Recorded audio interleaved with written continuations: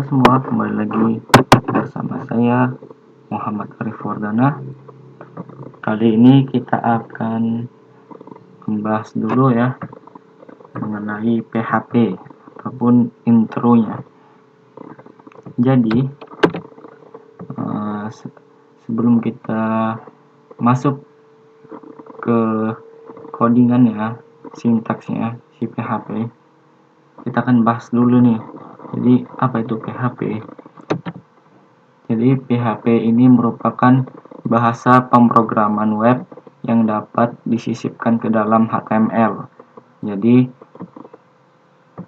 PHP ini bisa di dalam HTML ataupun HTML bisa di dalamnya ada si PHP-nya. Jadi PHP dapat digunakan juga ya untuk membangun sebuah CMS. Apa itu CMS? Jadi Content Management System atau Sistem Manajemen Konten adalah website instan terbaik. Jadi di mana kita dapat memanfaatkannya untuk membuat situs web kita sendiri dengan mudah tanpa harus mengetahui pemrograman. Jadi siapa saja dapat menggunakan si CMS ini untuk membuat situs webnya tanpa ada basic pemrograman. Jadi contoh dari CMS ini seperti WordPress ya, merupakan CMS yang saat ini banyak digunakan, dan masih ada beberapa CMS lainnya yang dapat kita manfaatkan seperti Joomla, Drupal, yang merupakan CMS yang sangat handal, dan masih banyak lainnya ya. Dan lanjut kita menuju tujuan PHP. Jadi sebelum kita mulai, jadi tujuan kita apa nih belajar PHP? Nah, jadi di sini kita akan jelaskan membantu para pengembang web untuk membuat web dinamis dengan cepat. Jadi apa itu web dinamis ya? Web dinamis itu artinya terhubung dengan database. Nah, yang tadi kita membuat script HTML harus ketik lagi, tapi ini dengan mudah si PHP-nya sangat baik hati ya, mempercepat kerja kita ya, memudahkan kerja kita, atau membuat web dengan dinamis hanya mengambil data lalu tampilkan, tidak perlu mengetikkan lagi ya. Apa yang kita inputkan kita bisa ambil kembali. Jadi itulah si PHP. Jadi kita bisa manipulasi database dan query-query database. Baik, lanjut. Mengapa harus PHP? Yang pertama, dokumentasinya lengkap. Jadi dokumentasi lengkap ini terdiri dari bahasa Indonesia dan bahasa Inggris, yang apabila kita ingin search maka sangat banyak ya di Google, di search engine lainnya ya. Jadi kita mudah untuk mendapatkan informasi dokumentasinya dengan lengkap mengenai si PHP. Oke, yang kedua, relatif mudah. Kenapa saya bilang relatif mudah? Soalnya untuk pemula itu tidak terlalu sulit ya, karena sintak-sintaknya tidak terlalu merumitkan dengan bahasa pemrograman yang lainnya. Dan yang ketiga, banyak framework untuk PHP. Nah, seperti CI, CodeIgniter, Laravel, Yi, Symfony, Zen Framework, PHP, Full PHP, dan lain-lain. Masih banyak ya frameworknya. Jadi untuk mempermudah kita membangun si PHP-nya ini, untuk mempercepat kerja, itu sudah banyak framework yang disediakan. Seperti kita ingin membuat CRUD hanya dengan memasukkan nama tabel ini lalu masukkan, langsung jadi mudah. Nah, Dan yang keempat yaitu komunitas PHP yang luas dan aktif.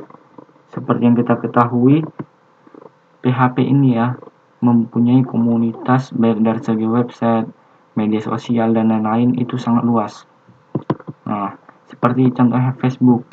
Bahkan di Facebook itu sudah banyak orang yang membuat grup mengenai si PHP ini. Sampai anggotanya bahkan ratusan ribu, puluhan ribu ya, kalau kita lihat. Nah, jadi mudah kita untuk mengakses ilmu, mengakses pertanyaan, apa yang kita sulit, yang tidak bisa kita handle, ataupun ada problem error, itu bisa kita tanyakan ke komunitas. Apa saja yang harus dipersiapkan? Yang pertama, text editor. Jadi text editor ini sangat penting ya, untuk kita menuliskan sintak-sintak nantinya. Oke. Dan yang kedua, browser. Dan yang ketiga, web server. Nah, jadi kita persiapkan text editor yang pertama. Jadi kalian bisa juga menggunakan text editor seperti Sublime Text yang akan saya gunakan ya. Notepad, Komodo Edit, Visual Studio Code, Atom, dan lain-lain. Masih banyak lagi ya. Dan persiapan kedua yaitu browser. Jadi sekarang sudah banyak browser-browser baru ya yang sudah dibuat oleh developer lainnya, dan yang termasuk nanti kita akan gunakan yaitu Google Chrome, Opera. Teman-teman suka hati menggunakan Google Chrome, Opera, Microsoft Edge, Vivaldi, Safari, itu terserah teman-teman masing-masing ya. Mau Firefox, terserah teman mau pakai apa. Jadi itu hanya untuk menjalankan aja, untuk menampilkan aja outputnya bagaimana. Oke. Nah, jadi sebelum kita mulai ya, nah itu ada tahapan ketiga yaitu persiapkan web server ya. Jadi saya di sini menggunakan si XAMPP control panel.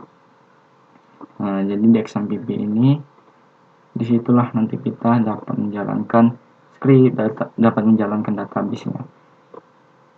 Dan inilah alur ya daripada web server. Jadi begini, ketika si klien atau browser melakukan permintaan data kepada web server, maka permintaan data tersebut akan dikemas pada TCP, kemudian akan dikirim ke alamat yang dibutuhkan yaitu HTTP atau HTTPS. Oke. Lalu dari HTTP atau HTTPS untuk ditampilkan kembali pada browser lainnya. Jika data yang diminta tersebut tidak ada ditemukan pada web server, maka secara otomatis web server akan menolak adanya permintaan tersebut dengan menampilkan notifikasi ya, page not found atau error 404. Jadi si user itu menginputkan dan akan dikelola oleh web server, ataupun si user ingin meminta menampilkan data ataupun apa, jadi si user yang memerintahkan, web server nanti akan mengelola ya, termasuk si data servernya itu ya, yaitu si database, dan akan di outputkan, ditampilkan, dikeluarkan lagi oleh si usernya tersebut.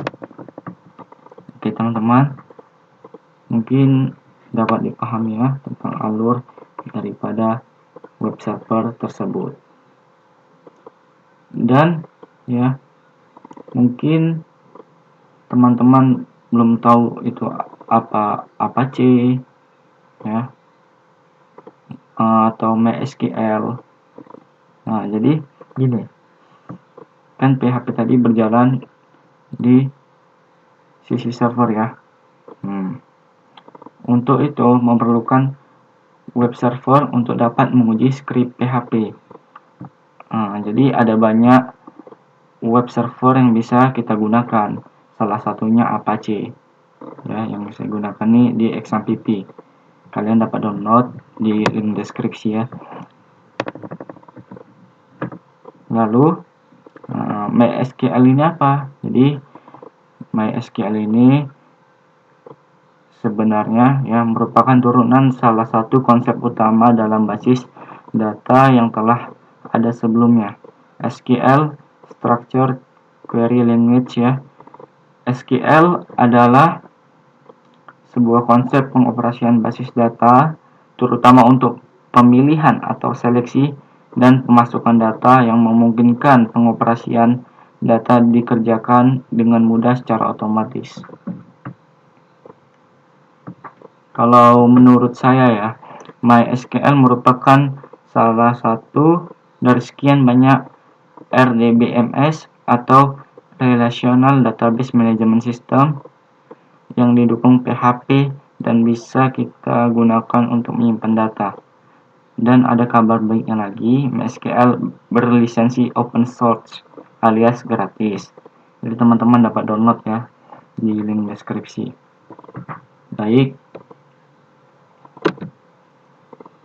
Jadi kesimpulannya, tetap belajar, rendah hati, doa, semangat, dan jangan putus asa.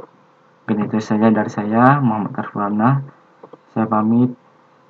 Salam jumpa di part berikutnya.